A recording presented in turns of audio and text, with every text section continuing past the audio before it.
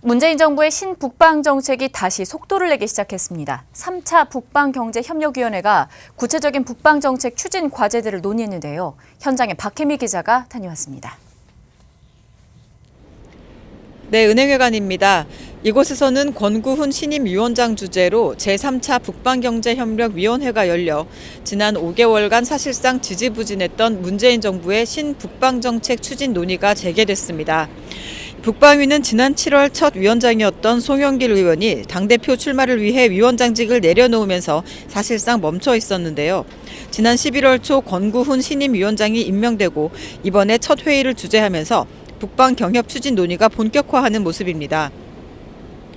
이번 회의에서는 신북방 정책의 16대 중점 추진 과제와 56개 세부 과제 추진 상황을 점검했습니다. 중점 추진 과제 중 하나인 낮은 하산 접경 지역 관광 개발 사업 등은 미국의 대북 제재 해제로 진전을 보지 못하고 있다는 평가입니다.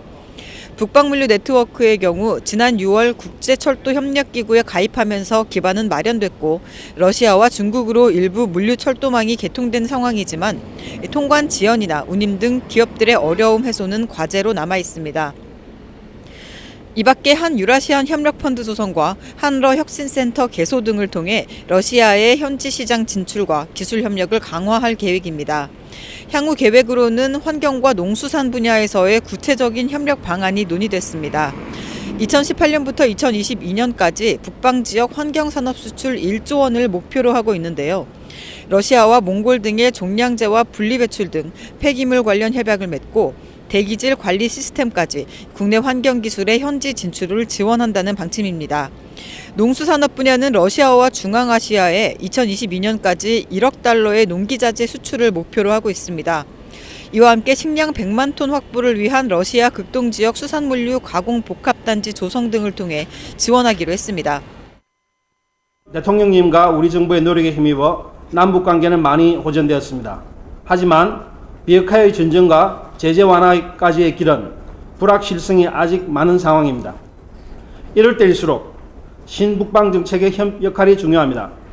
북한도 함께하는 북방경제협력 여건이 조성되도록 국제사회와 협력하는 가운데 한반도 주변국가와 우선 가능한 사업들을 지속적으로 발굴 추진해 나가겠습니다.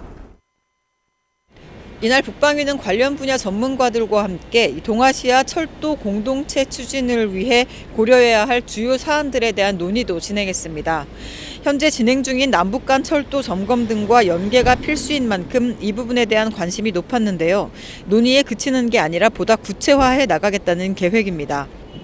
북방위는 앞으로 분기별로 회의를 열고 부처별 중점 과제를 구체화해 나가며 북방정책 관련 아이디어와 어젠다를 지속적으로 발굴 보완하며 회의를 활성해 나가겠다는 방침입니다. 지금까지 은행회관에서 아시아경제TV 박혜미입니다.